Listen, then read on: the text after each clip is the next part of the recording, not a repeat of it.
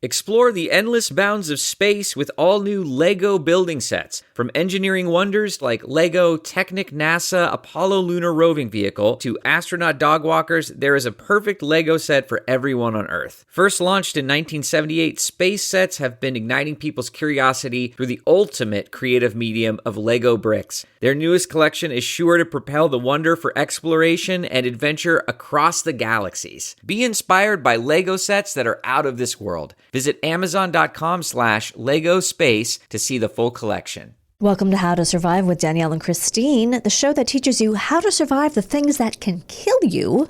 Like being swallowed by a sinkhole, finding rats in your car's engine, or being in total isolation. And the things that just make you wish you were dead. Like eating a bug or accidentally stealing a hat from Target. Ooh. Maybe living next to some toxic neighbors.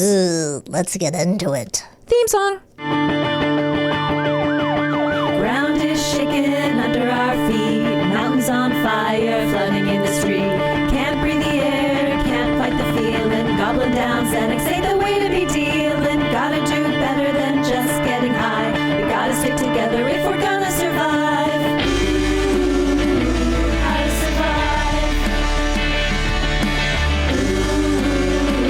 How to survive. Welcome to How to Survive with Danielle and Christine. I am Danielle. I'm Christine. Christine, you have multiple scarves on today. It's really just one. Well, you have a scarf on and then you have one of those really cute headbands that has a knot on top. Yes, made to look like a scarf. Yeah, it's Right? really cute. Thanks. I don't look good in those kind of things at all. I look fresh off the boat. I have just landed in Ellis Island if I wear any sort of headscarf. But that could be cute. No, it is not. Not on me. I'm going to need visual proof on that. Oh, okay. Well, I'm pretty sure all the TV appearances I made when I was in high school, Yeah. they usually slapped a scarf on me. They did. Because it was that time period where that's what people wore. And if not that, then Yes. like a blossom hat. What I want is to find screenshots of you and your I will try. appearances, or I'll try to find them online. I try to find the Finelli Boys because Yes. I was trying to tell my... Who was in the Finale Boys? Because I don't know this. Are you ready? Yeah. What order should I go in? Okay. Joey Pantaleone. I'm drawing a blank. Joey Pantaleone. You know him. I do? Yeah. He was in Goodfellas, but I mean, he was in Sopranos, but that's not what you know him from. Isn't he in He's in the Matrix. Yeah, he's in the Matrix. We'll pull up a picture. Okay. He's like works constantly. This guy named Ned Eisenberger, who ended up being a lawyer on Law and Order. Not Bruno Kirby, but Bruce Kirby, his father, and Christopher Maloney. Oh, Maloney Baloney. So I was having this conversation. Yeah. Okay, From the Matrix. Okay. Now she knows who. Joey Pants. So I was having this conversation with my friend. We were texting back and forth about how much we love Christopher Maloney and his cake. Yes. And I don't get that reference. He's got a big old butt. Oh, and, yes. People online are like, how do you have so much cake? Yeah. Because he's like really, really incredibly fit. Yeah. And likes to show it off, but he seems extremely sweet and like lovely. Mm-hmm. And he's super liberal, and I like all of his tweets. And anyway, so I was trying to find a picture from the Finelli Boys, which was a very short-lived sitcom. And I think Richard Libertini was in it too. And I couldn't find it. So I don't know. We're going to find it. I think we can unearth something. But recently, okay, so I never do things like this, and I'm always like, anyway, recently he tweeted, I guess Ned Eisenberger, this guy who had been on both Finelli Boys with him and Law and Order as a lawyer, had died. I guess he died earlier this year, but they just had a memorial for him or something like that, and he said something sweet about them. Like he had a picture of them together and he said something sweet about him. And I responded and I said, I was on the Finelli Boys when I was a teen and you were both, very lovely. You were all very lovely because they were really lovely. And Jimmy was like, did you respond to Chris Maloney? I'm like, I know, it's horrible. I hate. It's not. You're supposed to do because that. you're like saying your credits. It's like, and it's like I hate when people show pictures of them with a celebrity. Oh, when they've died. When they've died. And everyone's like, I was in a picture with this person once, so we are friends. Right. Right. I don't think it's the same, and I think it's fine. Anyway. It's part of your history. Yes. And I had to flirt with him. He didn't flirt back. I mean, in the episode. I was a teenager. Yeah. I had to flirt with Christopher Maloney. Had to. Ugh. Well, it's not like I was really skilled at it in real life. You were acting. And I had a New York accent. It was a whole thing. Do you remember a sitcom that had twin... I know because you're going to say Double Trouble. Twin girls. Yeah.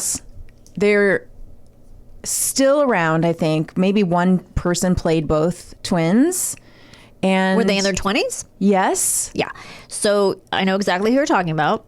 Double Trouble. And they always remind me of that actress from The Affair who plays the wife, whose name I can't think of. What's The Affair?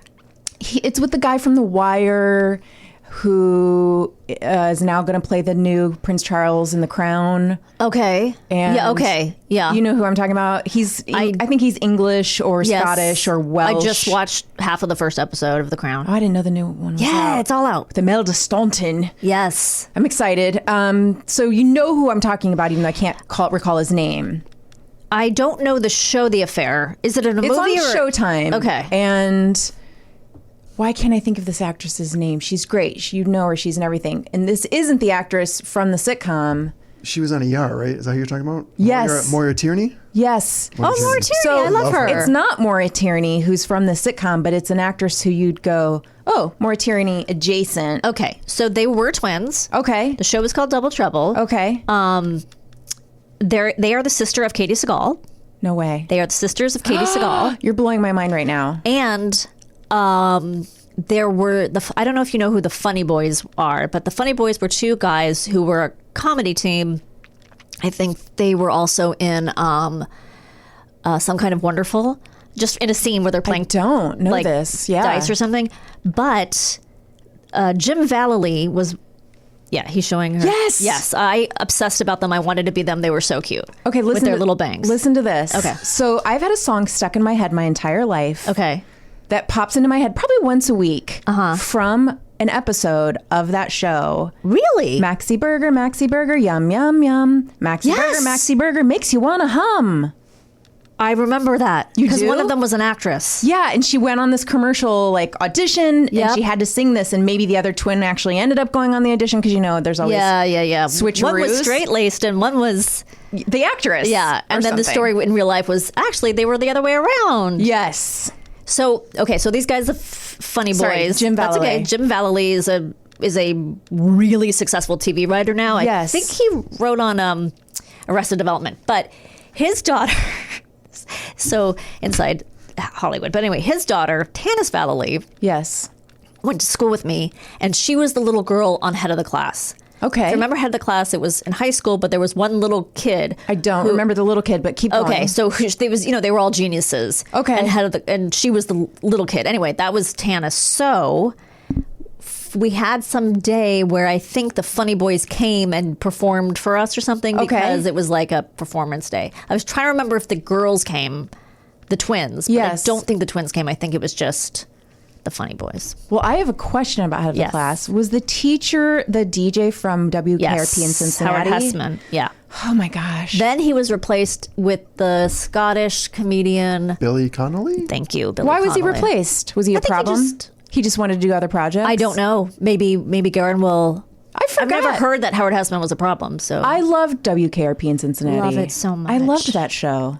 okay. Well, All right. we really should get to our topic. Oh, today. wait. This isn't a show about 80s sitcoms and But didn't I idols? give you way more information than you thought you were going to get? I told you. I know. I wanted it all, and I want more.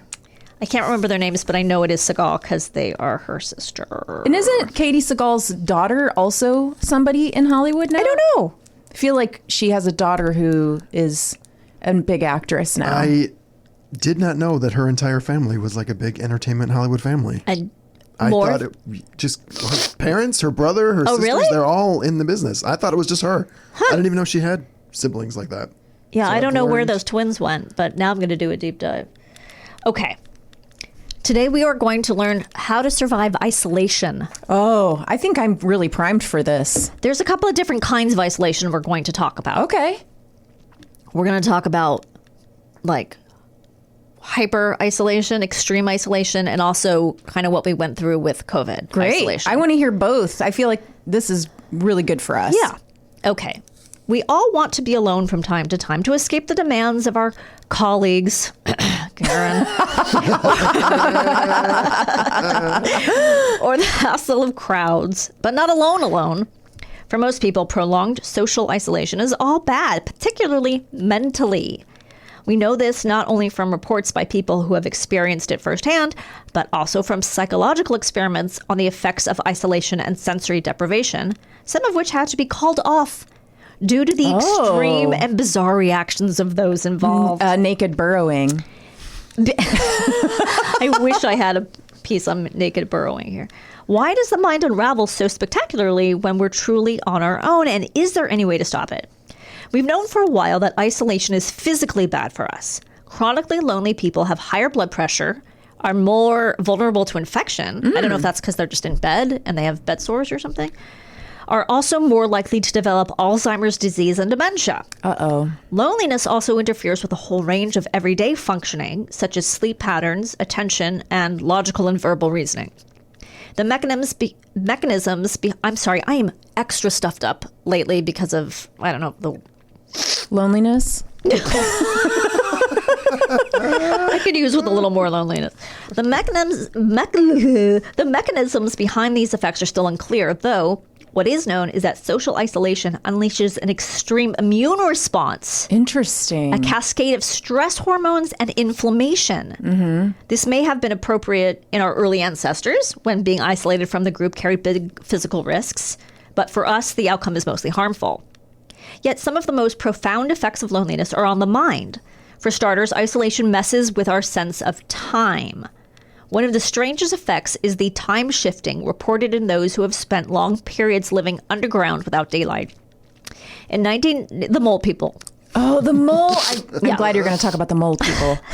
In 1961, French geologist Michael Siffre, Oh, nice pronunciation. I'm just guessing, led a 2-week expedition to study an underground glacier beneath the French Alps and ended up staying 2 months, fascinated by how the darkness affected human biology.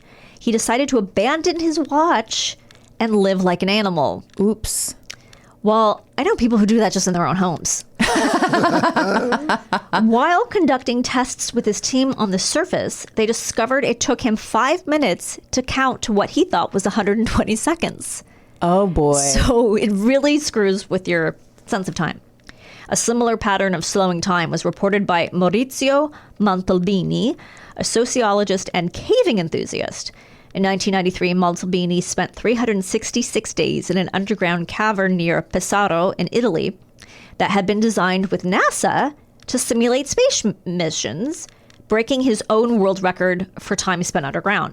When he emerged, he was convinced only 219 days had passed. It was 366. Wow. I would be like, I miss Christmas, Yeah, right? right? Because a year is 365, right? Last time I checked. He was a day in a year. He missed his birthday. He missed Flag Day. He missed Flag Day. Big one. His sleep-wake cycles had almost doubled in length. Since then, researchers have found that in darkness, most people eventually adjust to a 48-hour cycle. 36 hours of activity followed by 12 hours of sleep. Oh, that's way too long to be awake. It's so long. Oh. The reasons are still unclear. So I was trying to have this conversation with Jimmy and Oliver the other day. When I say try, it was just me spouting off and them not knowing what to say. But which happens sometimes. Okay, you know how like very productive people always say that they sleep like 4 hours a night? Yes. Okay. And it's like they're very successful. I mean, I always like Robert Herjavec on the Shark Tank. Shark Tank. I think he said he sleeps like 4 hours a night. And, you know, they're always these CEOs. Yes. So my question is, are people just built differently? Like, the reason I ask is I got 5 hours of sleep the other night because I couldn't fall asleep. And I was a mess the next Yeah, day. I yeah. can't do it. Yeah. So my question is, do people just train? They must train themselves. But it also must be like a psychological thing of, well, I'm important and I get things done and I have to be up, and you just get used to it. I don't know. I think people are built differently.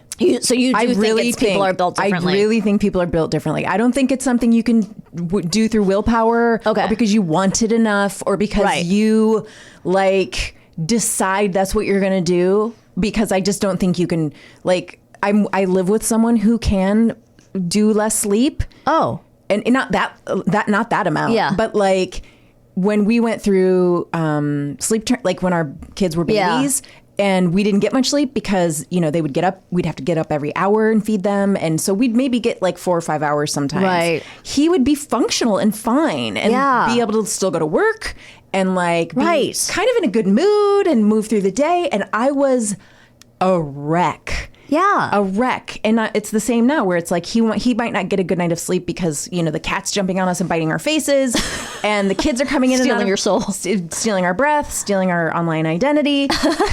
This cat is really What is your cat buying with your credit card? I think catnip and cat toys. Not very inventive, this cat. No. The kids, you know, come in and out of our bed, so we still can get bad nights of sleep. And he's like, I'm fine, you know, just I feel a little tired, and I'll be like, I can't move. That's how I am. I'll feel like I got hit on the head with a hammer, Right. And just that I've been up for days and I had 10 drinks, and I will be like, I have to lay down. Yes. I can't function. Like, Same. So I really don't think it's like, well, if I trained myself, So maybe it's I could be a biological. CEO. Like, I just don't think. Okay. I think we should not beat ourselves up and think, Well, we I'm could not- do that if we want. You know. Yeah. I've just always, like, people always say, yeah, I'm not in my 20s anymore. I can't stay up till 5 and then go to work. I could never do that. No.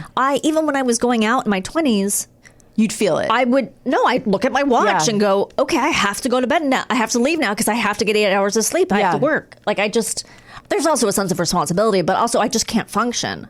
Anyway. Yeah. No, I think I also have a suspicion that those people are lying.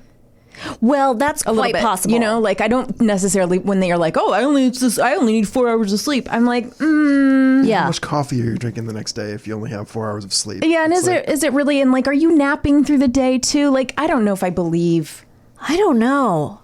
I mean, I think you're right. That's a possibility. Okay, so now we're going to switch tactics and we're going to talk about, this was written during the pandemic, but lockdown tips about being isolated. But I'm reading it because we could be in a pandemic again. And we kind of still, I mean, we're not in a lockdown, We're but- not in a lockdown, but we're not like, oh, COVID's over. Some of those people out there are. You know, I mean, we're kind of But, yeah. living a little more regularly now Yeah. for the most part. But again, numbers can go up anytime. We don't know what's ahead of us. Yep. Let's hope it's all good. Okay, lockdown tips. Reframe, I am stuck inside too. I can finally focus on my home and myself. As dismal as the world may feel right now, think of the mandated work from home policy as an opportunity to refocus your attention from the external to the internal. Doing one productive thing per day can lead to a more positive attitude. Set your sights on long avoided tasks, reorganize, or create something you've always wanted to. Approaching this time with a mindset of feeling trapped or feeling... Approaching this time with a mindset of feeling trapped or stuck will only stress you out more. This is your chance to slow down and focus on yourself. I liked it at the beginning. At the very beginning of the lockdown, it was raining in LA. And I remember just feeling so cozy and excited that I didn't have to go anywhere. I mean, that wore off, but... Do you feel more of an introvert as a person? Or do you... I don't think I'm an introvert, but I have a propensity toward laziness. Okay. And not when I'm employed or anything like that, but when I have to self-motivate. Yeah. So the fact that I couldn't do anything... It's kind of a break.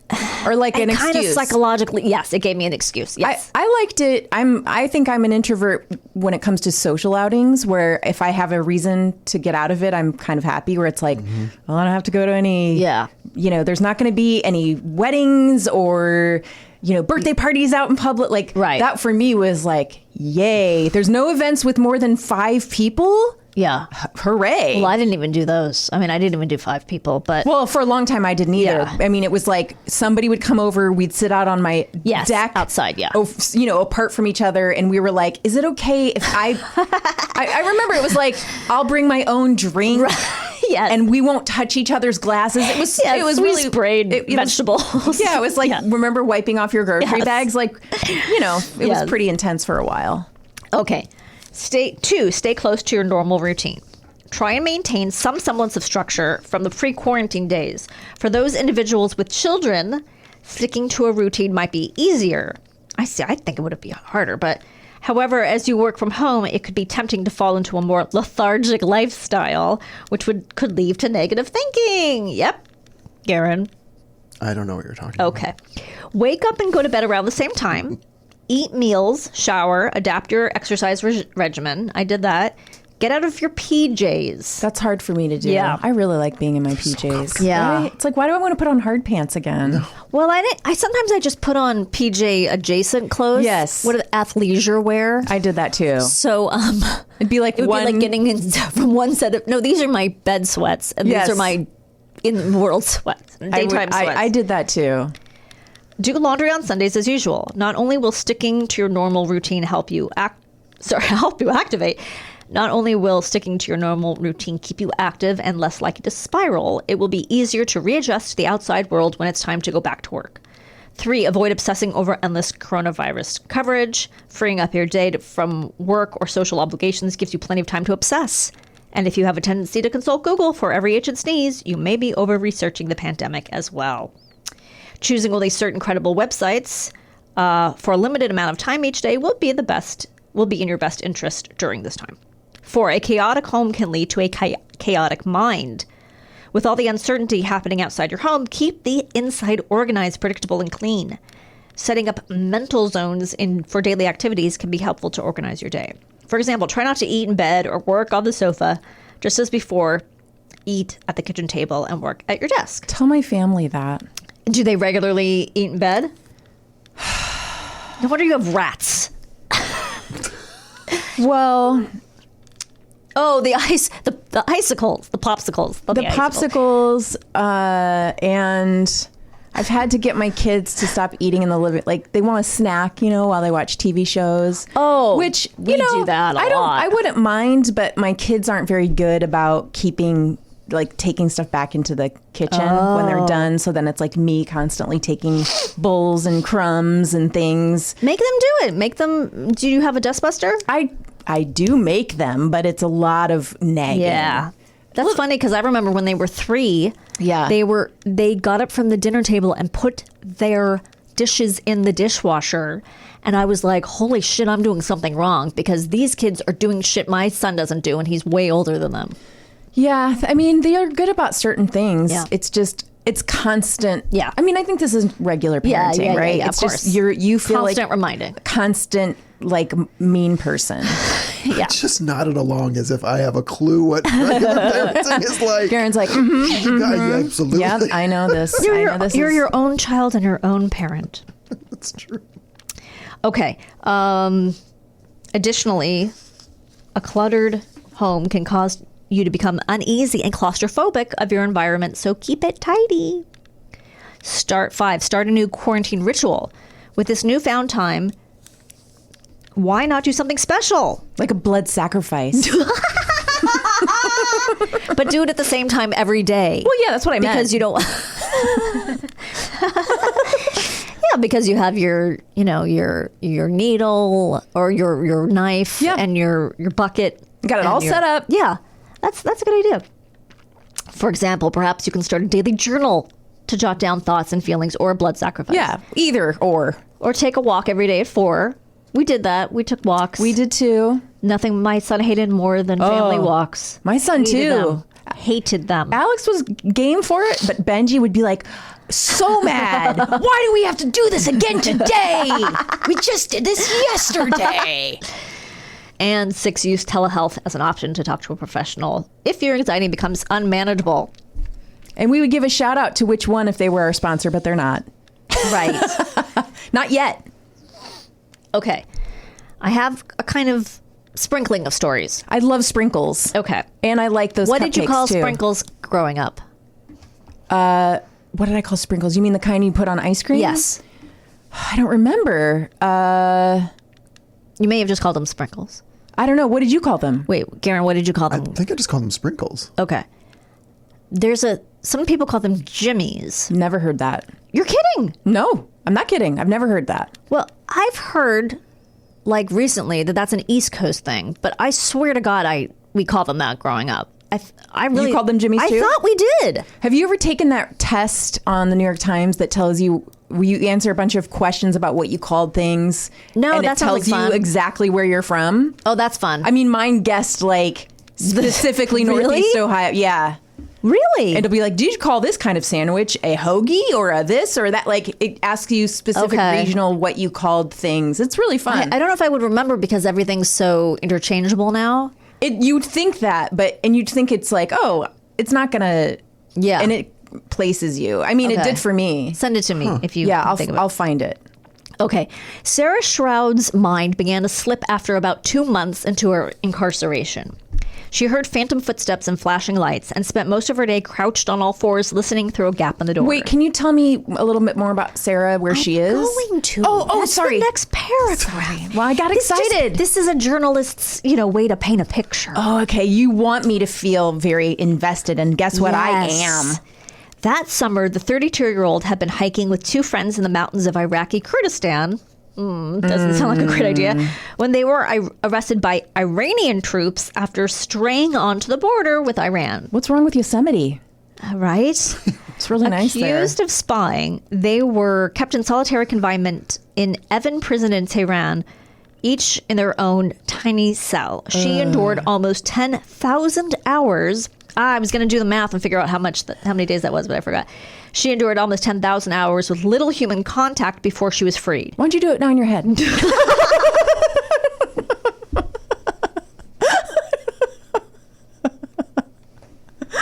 quick. I'd rather do a human sacrifice. One of the most disturbing effects was the hallucinations. In the periphery of my vision, I began to see flashing lights, only to jerk my head around to find that nothing was there, she wrote in the New York Times in 2011. At one point, I heard someone screaming, and it wasn't until I felt the hands of one of the friendlier guards on my face trying to revive me that I realized the screams were my own. Oh, my God. Why does the perceptually deprived brain play such tricks? Cognitive psychologists believe that the part of the brain that deals with ongoing tasks, such as sensory perception, is accustomed to dealing with a large quantity of information, such as visual, auditory, and other environmental cues. But when there is a dearth of information, the various nerve systems feeding into the brain's central processor are still firing off, but in a way that doesn't make sense. Wow. So, after a while, the brain starts to make sense of them to make them into a pattern. It creates whole images out of partial ones. In other words, it tries to construct a reality from the scant signals available to it, yet it ends up building a fantasy world. Brains are crazy. It's crazy, right? Yeah. We derive meaning from our emotional states largely through contact with others. Biologists believe that human emotions evolved because they aided cooperation among our early ancestors who benefited from living in groups. The primary function is social. With no one to mediate our feelings of fear, anger, anxiety, and sadness and help us determine their appropriateness, before long they deliver us a distorted sense of self, a perceptual fracturing, or a profound irrationality. It seems, which it sounds like schizophrenia, right? Yeah. It seems that left too much to ourselves, the very system that regulates our social living can overwhelm us.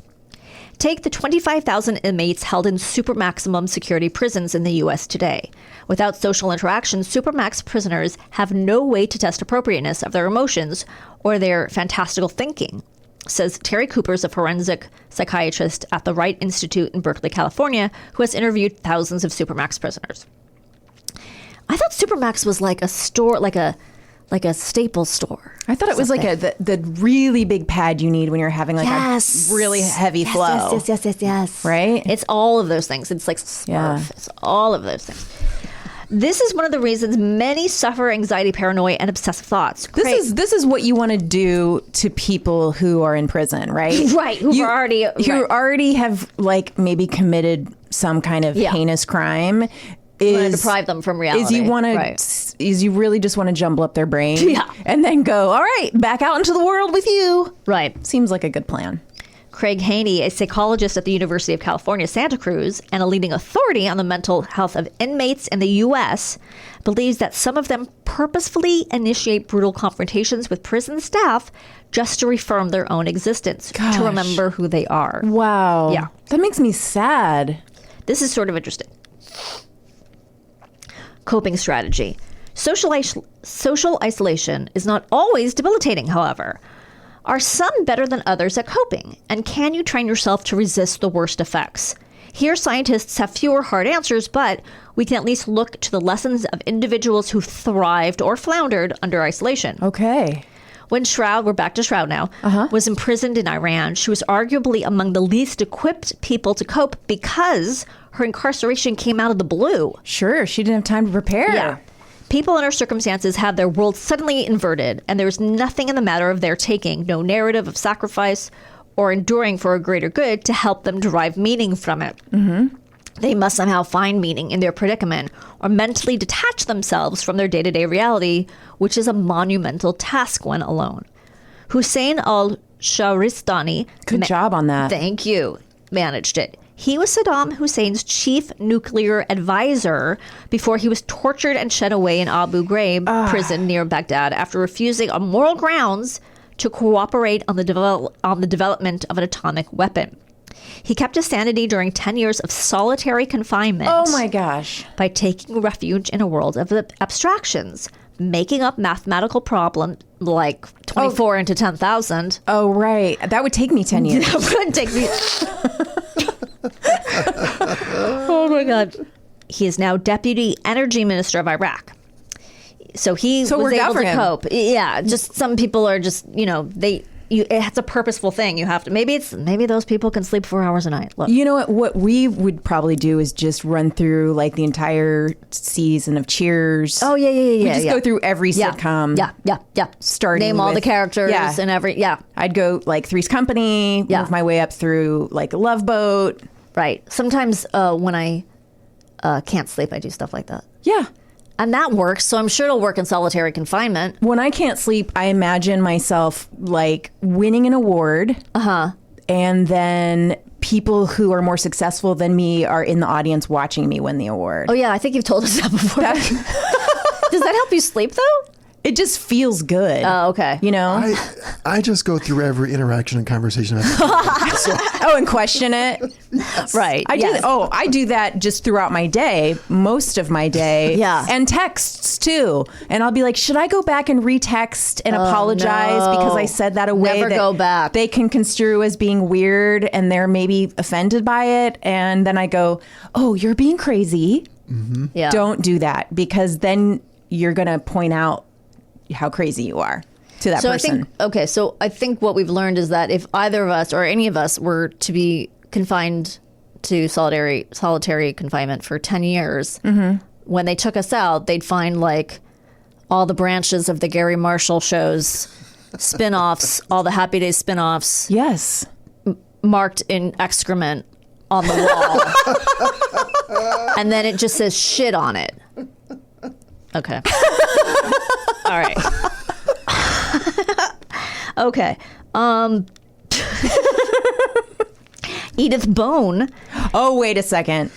What? Edith Bone? That's her name. Edith Bone, a medical academic and translator, followed a similar strategy during the 7 years she spent imprisoned by the Hungarian communist government after World War II, constructing an abacus out of stale bread. God damn it. And counting out an inventory of her vocabulary in the 6 languages she spoke fluently. Okay, so you have to be brilliant. Yeah, I think it helps to be smart to begin with. We're fucked. Yeah. Yep. So, I can't make an abacus out of my own shit. I don't even know what goes into an abacus. I wouldn't know. I don't know how many balls beads there are yeah. for. Also, I want to eat that bread. That's kind of what I thought. I was like, Carbs. Yeah, you need don't the food. you need? Yeah. Man. Such experiences may be easier to take if you belong to a military organization. Caron Fletcher, I think it's Caron, Keron. Caron Fletcher, a consultant psychiatrist who has helped debrief and treat hostages, says mock detention and interrogation exercises of the kind he himself underwent while serving with the Royal Air Force are good preparation for the shock of capture. They teach you the basics of coping, he says. Also, you know your buddies will be busting a gut to get you back in one piece. I think the military are less likely to feel helpless or hopeless. Hopelessness and helplessness are horrible things to live with, and they erode morale and coping ability. Don't I know it? For instance, U.S. Senator John McCain is a good example of how U.S. Senator John McCain is a good example of how a military mindset bestows psychological advantages. His 5.5 years as a prisoner of war in Vietnam, Hanoi Hilton, during which he refused to yield to his interrogators, actually seemed to strengthen him. Though know what he had to say about the 2 years he spent in isolation, it's an awful thing, solitary. It crushes your spirit and weakens your resistance more effectively than any other form of mistreatment. The onset of despair is immediate, and it is a formidable foe. There is no more poignant illustration of the power of solitude to sink one person while lifting up another than the stories of Bernard Moitessier.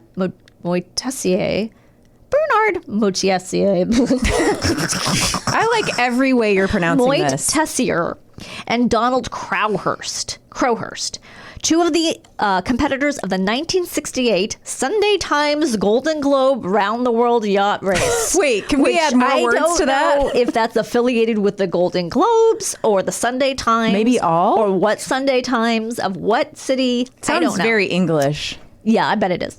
The trophy offered to the first sailor to complete a solo, non-stop circumnavigation of the globe was won in 313 days by Robin Knox Johnston, the only one of the 9 starters to finish. He seemed to relish being alone with his boat, but not as much as Montausier, an aesthetic Frenchman? I don't know. But not as much as Moitessier, a Frenchman who practiced yoga on deck and fed cheese to the shearwater birds that shadowed him.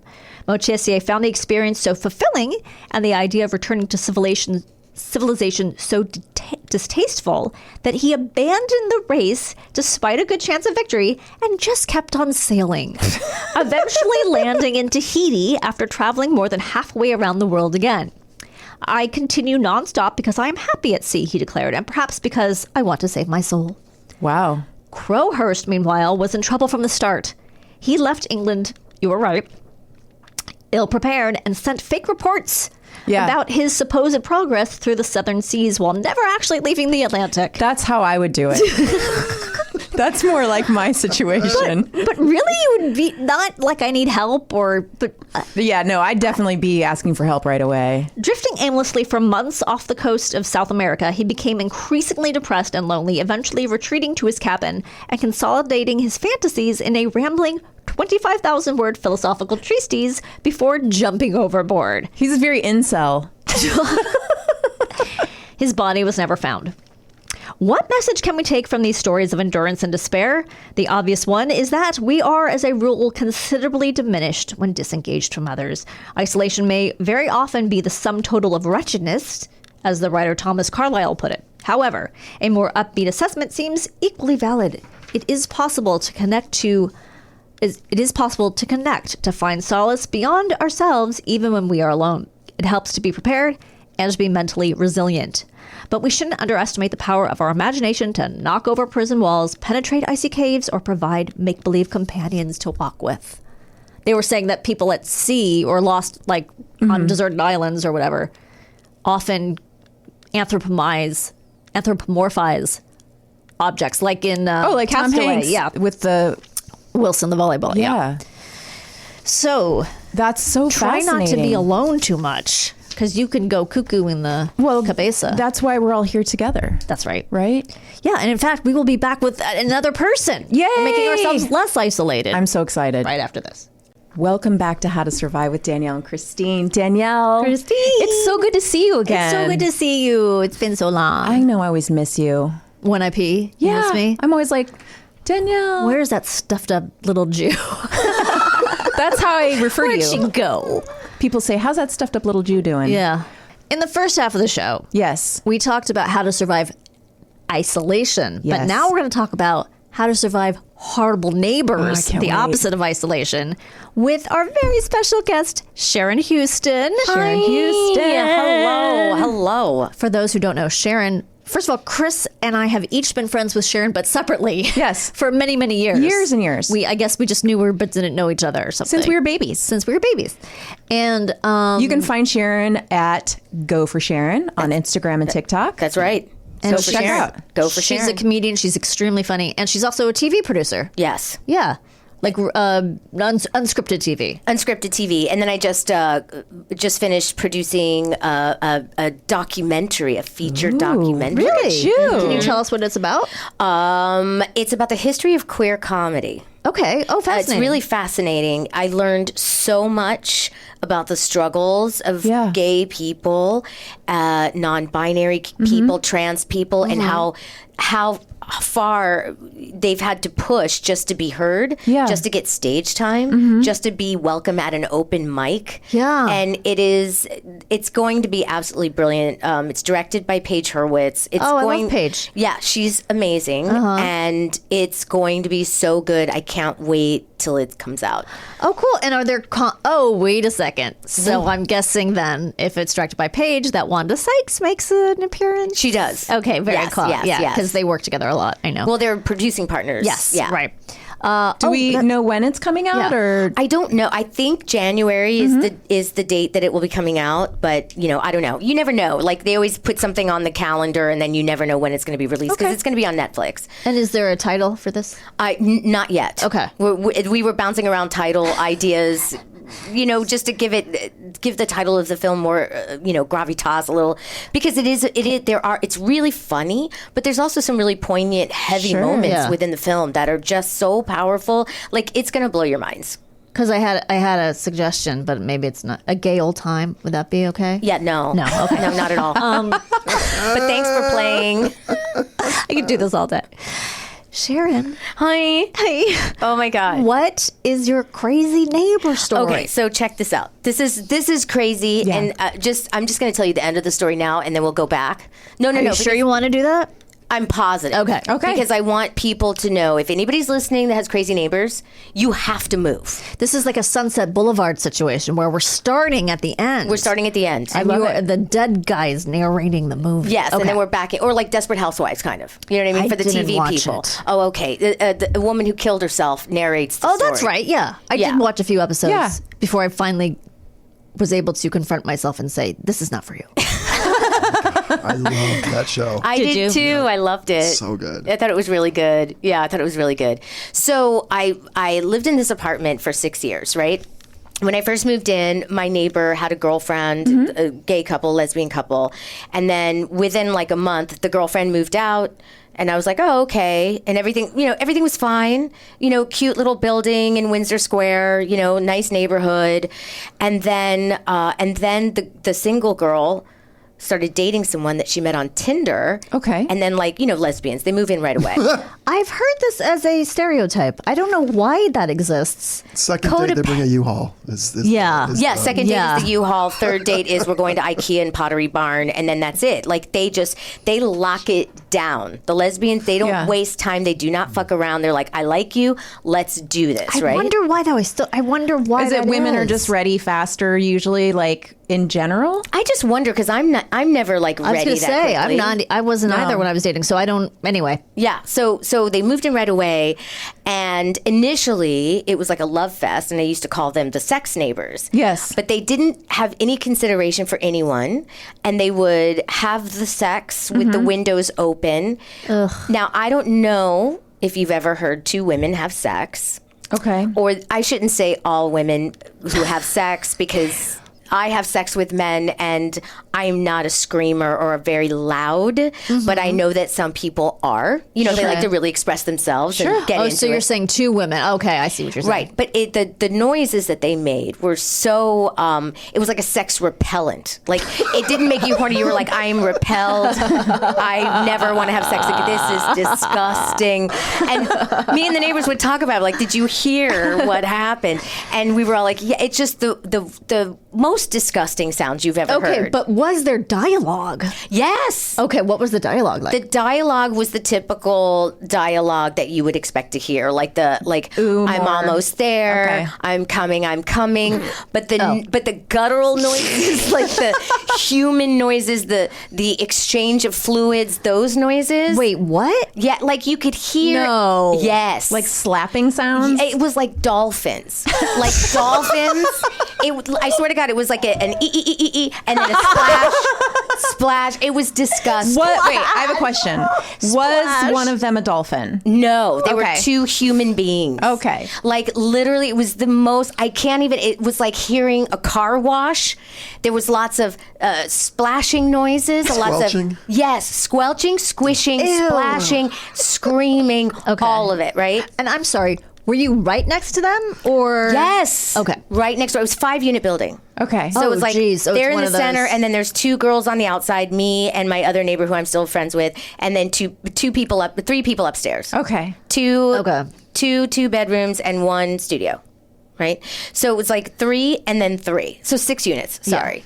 But there was never anyone in the studio because it was so tiny. But I'm like, who's 0 gonna rent that? units in that unit. Oh, honey, let me tell you. It was vile. But it's like, okay, we'll just deal, right? Because I'm usually at work during the day, so I don't hear it. But on the weekends when I'm home, I want to do my Yeah. laundry. You know, I Oh, want wait to a second. So on top of all this, it's daytime sex? Yes. No. You couldn't predict it. You couldn't predict it. Like anytime, you're just like, oh no, here we go. Late at night, I could hear it. You couldn't leave your windows open because you're like, oh, here we go. You know what I Yeah, mean? yeah. And it was so loud. But then they started to hate each other. Oh, no. So we didn't start at the end. No, well, the end is you have to move. That's the Oh, end. The end of the gotcha, story gotcha, is gotcha. you have to move. Okay. It's never going to be cured. So Okay. So they started hating each other, and the fights. I have photos I can send.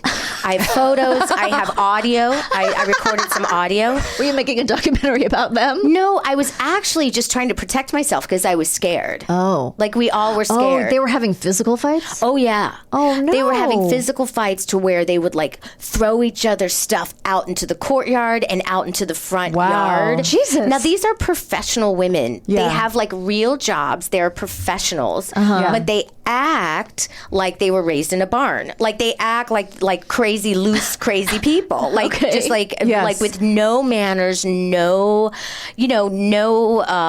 respect for their neighbors. It's Yes. just like Or each other. narcissists or each other. Sounds like. Yeah. Toxic. But they're in love. Because I would say, why are you doing this? Because I love her. I'm like, but she gave you a black eye and she was arrested Oh, for felony wow. assault. Oh, I got a copy of the arrest record. So is this the original woman living in the apartment? Yes. And so you're in a conversation with her. Yes. Saying you need to get out of this. Oh, so the abuse was one way. Physical both abuse ways. was one. Oh no, they were beating each other up. Oh yeah, like our neighbors. We had these guys that lived upstairs, and they had to pry them apart, and they were both bleeding. Wow. Jesus Christ. Yeah. Wow. Yeah, and one of them had to go to the clink because they have this new, which I didn't know. They call it the OJ law. If they see, like, let's say you and Jimmy got into a fight, which Yeah. would never happen. No. You guys get along perfect. You have a perfect marriage. 100% perfect. No strife. No strife at all. Yeah. But Yeah. let's say he went a little bonkers and he like punched you in the face and you had a black eye. Yeah. And then you punched him back and he had a black eye. Right. The cops would go, well, one of you's going. Which one wants to go? Oh, okay. So that's what they did in this case. Okay. And they took the most codependent one. And because she was like, I'll go. Because she'll do anything to protect the other one who beats the crap out of her. Oh, Jesus Wow. It's Christ. Why don't they take them bananas. both? If they're both assaulting. I don't know. Because one time LAPD showed up and they were like, well, we don't know who to take because they're women. And I was like, well, assault is assault. And does it really matter?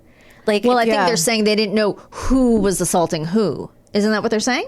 I don't think that's what they were saying in this case. What do you think they were saying? They were saying it's two women. Which one do we take? Like, what are they going to do to each other? How bad are they going to hurt each other? Oh. Kind of like that conversation. Yeah, it seems like the police need to do a little bit of like. Well, I shouldn't say the police. It was just this one officer. The rest of the officers I dealt with, shout out to the Olympic division. You guys are awesome.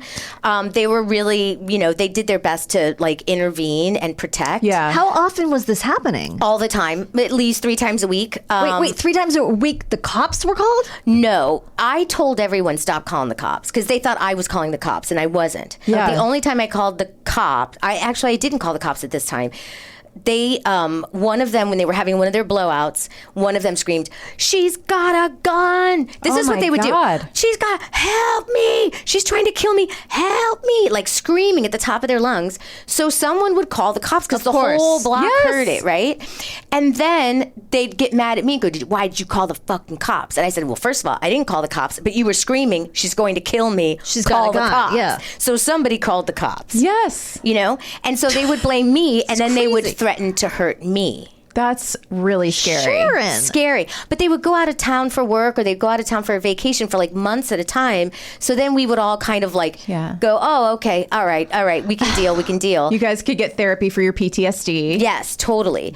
And then they'd come back and they'd stay calm for like 3 weeks and then the fighting would begin. One time, one of them said, I don't know which one screamed it, said, "She's got a gun." So what happens, and I have photos, LAPD shows up with rifles pointed at our building. And I happen to be like in between gigs. So I was home during the day and I'm like under my front window. I'm looking, I see the cops with rifles. I take a picture and then I go back into my bedroom. I call the management company. I'm like, "Hey, there are guns pointed at the building." Like the management company would do nothing about these people. So They're like, they pay their rent on time. Exactly. And they paid the least amount of rent than anyone there because they'd lived there for forever. The girl that had the lease on the building. You'd think he'd want them out. That's what you would think. So he can raise the rent by $1,000. He didn't want to deal with eviction. The legality of it's not so easy, out. I think, to do that. It's hard. Yeah. It's really hard. Yeah. Even though because I looked up California landlord-tenant laws, if you're a nuisance, it's very easy for them to kick you out. You get a 3-day pay or quit, they take you to court, you're gone. But for some reason, they wouldn't use that in their arsenal, or maybe there's something I don't know that when you actually try to get that done, maybe it's much harder. Yeah. But the paperwork makes it seem like it's easy, right? Okay. So then that happened, and I was just like, "Oh my God, we're gonna get shot." And then one of them came barreling down the front stairs towards the cops while their guns were drawn, and I was like, "She's gonna get killed. She's gonna get killed," and she didn't. Well, she was white? Of course. Of course. If I had done that, I would have been shot on sight. They were like, "She looks Latina." Pow, pow, pow, pow. And I would have said, "No." You're like, "I'm just half. I'm just half. I'm just half. Here's my DNA test." So it just really bad. And so but we would deal because they would go out of town. Then the pandemic hit and nobody could go anywhere. Crap. Oh no, I'm sure that didn't heighten the situation at all. No. God. Everything went super pear-shaped rather than regular pear-shaped. Yeah. Then somebody called the cops on them, and then they came for me, and I had to call the cops because I was like, they just threatened to kill me. They just came. Oh yeah. Wait, slow down. Somebody called the cops on them when they were fighting. This was in January of 2022, 2020. Yeah. No, 2021. Okay. Right. So you're okay. Am I? Yeah, because the pandemic started in 2020 and the lockdown started later in 2020. Copy. That's right. So January 2021, they're fighting. Somebody calls the cops on them.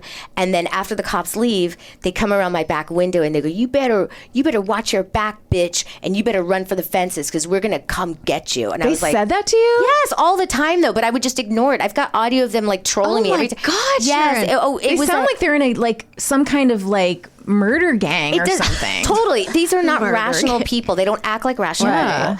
So, and they found each other. Right. And it's like crazy, me crazy. Let's be crazy. So I was like, oh no, what do I do? And then I got Blink cameras for my front and back doors. And I never walked my dog unless I had an escort. Right. So one of my neighbors would go with me on all my dog walks. You're living like a prisoner. Exactly. And it was then I was like on a Zoom with my friends. I reconnected, as we all did during the pandemic, reconnected with a bunch of old friends from New York, and we would play Quiplash every Friday night. And then I was like crying, and I'm like, I don't know what I'm going to do. I got to move. Where am I going to live? Everything's so expensive, right? And they were like, we don't care. We'll help you. Just move. So, but I ended up finding a place that I could, you sometimes underestimate how much money you make when you don't pay attention to how much money you make. And I was like, oh, I'm fine. I can move. I can afford to live in a more expensive place. No big deal. But I couldn't find anything for under $2,400 a month, even in crappy parts of K-Town. And I just would look at how much the rent was and how much my electric bill would be. And I could only get Spectrum, and Spectrum is so expensive. And I just was, freaking out. My friend Sarah said, just come to Chinatown. Just come look. I'm telling you, this is where you want to live. Because I was you 3 years ago. But she had bed bugs, not crazy neighbors. In less than a month, I found the most amazing place to live with the most beautiful view of downtown LA. And I called the management company. I'm like, I'm leaving. I'm giving you less than 30 days. Yeah. You're paying me my full deposit. Yeah. And they were like, okay. Oh, wow. They don't want any trouble. Yeah. So I was like, great. And I got out. And I'm thriving. Yay. I'm thriving. But I'm just like, it was so miserable. And looking back, and I still keep in touch with the neighbors, and they're still there, but it's just like, how did we survive? Are they still, are the crazy people still there? Oh yeah. You're right. They should just get kicked out. This is insanity. Yeah. It's crazy. You can't threaten the people in your building and not suffer consequences. I don't understand why the management company doesn't do something. I don't either. But here's the thing: they couldn't behave that way anywhere else. So that's why they fight to stay there, because they would not get away with that behavior anywhere else. Anywhere else, they would kick them out. And where I live, like, if you're a nuisance, they move forward with eviction processes. Yeah. They, there were some party gays on my floor, and but they didn't kick them out because their lease was coming up. But what they do in these fancy buildings is they don't go, okay, your lease is automatically renewed or whatever. They make you an offer. They go, we would like you to stay. Oh, that's what they do. That we would like you to stay. Here's your offer. And you're like, oh, you want me to stay? Thank you. And then you negotiate your offer if you can. But they offer, you have amenities, you have a gym, you have a pool, you have special events that they throw. You have a community of people that are really nice. Oh, it sounds great. It's fabulous. I'm never living differently again. This is the way I live now. Yeah. Anytime I tell people that story, they're like, it sounds like a horror film. It does. Yeah. And it felt like it too. It's like living next door to. Oh, I'm sorry. Go ahead. No, my roommates were a couple, and they would fight like that. And the cops came, and they did the OJ thing. They had to take one of them. And I remember this. Yeah. I was like, can I just take him somewhere else? Can I have somewhere else he can go? He's like, no, we have to take somebody, and it's tough. I mean, in the same apartment. Was he hitting? They would hit each other in the street. One time, I was going to have a friend come into town. He was going to stay for like 2 weeks or whatever, and when one of them found out, they got into a fight, and the other one came to me, and I was in the bathroom just sitting, like, getting ready for something, and he's like covered in blood. He's like, your friend is not staying here, and then walked out. Jesus I'm like, Christ. It's so weird. They're gone though, right, Karen? Yes, they broke up, but they still both left. It was just too intense. They were just codependent, too much stuck in one room together. It was wild. And you would hear it. They would be fighting and antagonizing each other, and it's just everything you're saying. I feel it. Yeah, like, and they would. These girls would antagonize each other all the time. Hit me. I'm like, hit me, bitch. I dare you. Hit me, bitch. I dare you. And I'm like, what is happening, you guys? Your age starts with a 4. Why is this happening? I know. Why is this happening? That's what I'm thinking. I'm like, I can't. Grown women, and they had like professional jobs and stuff. Yeah. I think, but I mean, sometimes there's a toxic combination of people who find each other, and it's rooted in childhood, and those people just need to get help. And listen, if you're in a relationship like that right now, listener, you don't have to stay in it. You don't have to stay in it. You don't have to bother your neighbors with it either. Yeah, go outside. If for nothing else, it's rude to your neighbors. Yes. But also, it's rude to yourself. And your roommates. If you live in Van Nuys and you want to punch each other in the face and you have roommates, go to Sherman Oaks. Do that over there. You know what? Go to Arleta. Do it over there. I live in, you know what? I live in an area where you can yell and the neighbors can't hear you. So you could just move to an area like that. Oh, yeah. Good idea. Move someplace where there's no one around you. Yeah. But you do have rats in your car and owls fucking or something. Oh, crows fucking in your trees? Red-tailed hawks that fall out of the trees when they're in their cloacal kiss. Yeah. And they might fall on your head and you might get them. they might kill But you. other than that, Aw, poor things. Yeah. I mean, we don't have that in Chinatown. No.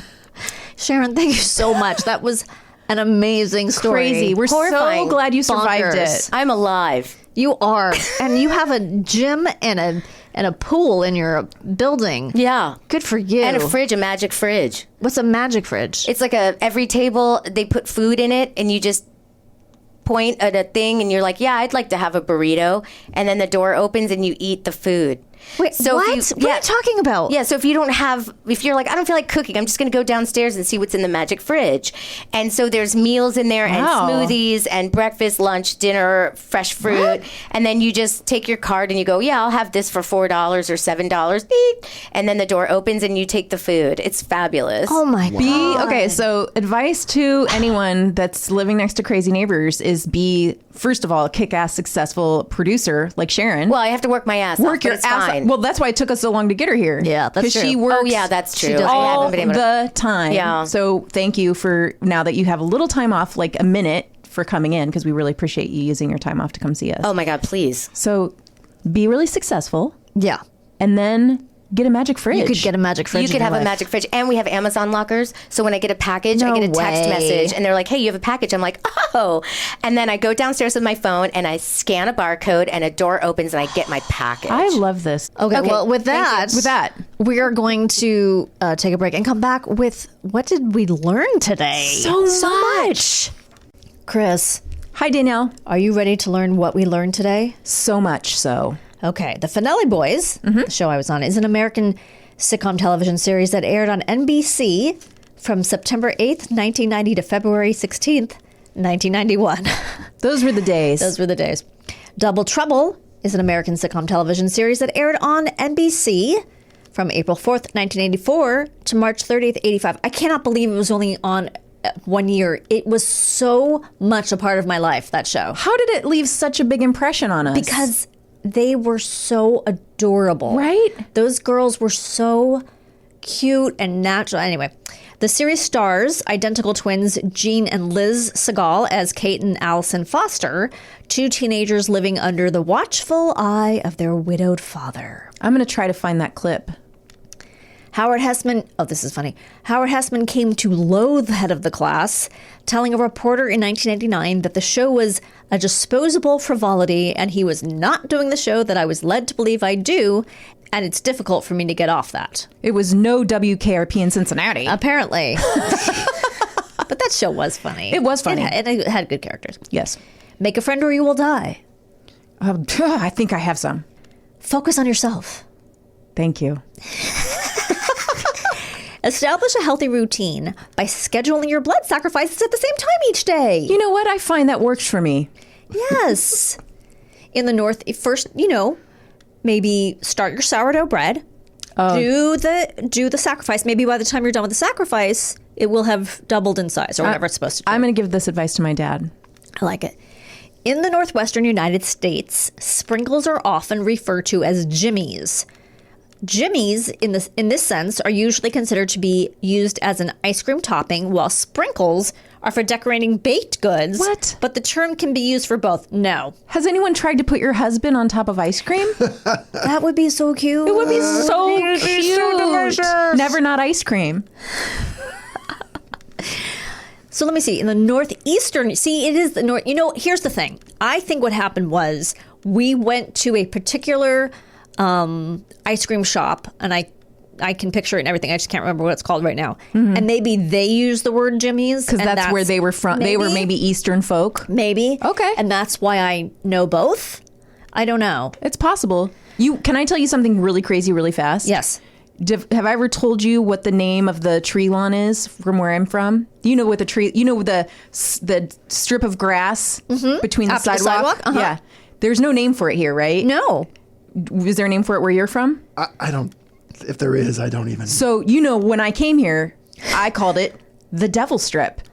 What? Because, and I still call it that because where I'm from, Yeah. but only the very specific region Your house. of northeastern Ohio, like Akron, Canton, Cleveland area, it's called the Devil Strip. And so I everyone where I'm from calls it the Devil Strip, and I thought everyone in the world called it the Devil Strip. Is there some etymology on that? I'm sure there is. I'll try to track it down. When I came here, I'd be like, so do we put our trash on the Devil Strip? And people would be like, who are you, insane person? I've never heard that in my life. Ever. So I'd be like, well, what do you guys call this then? And they were like, nothing. It's just the grass. The grass between the street and the sidewalk. And I'm like, it doesn't have a name? It does seem like it should have a name. So anyway, I think Devil Strip is a good name. It just sounds like something in a waxing place, doesn't it? Just leave the Devil Strip. Leave the Devil Strip. Okay, this is what I really wanted to know.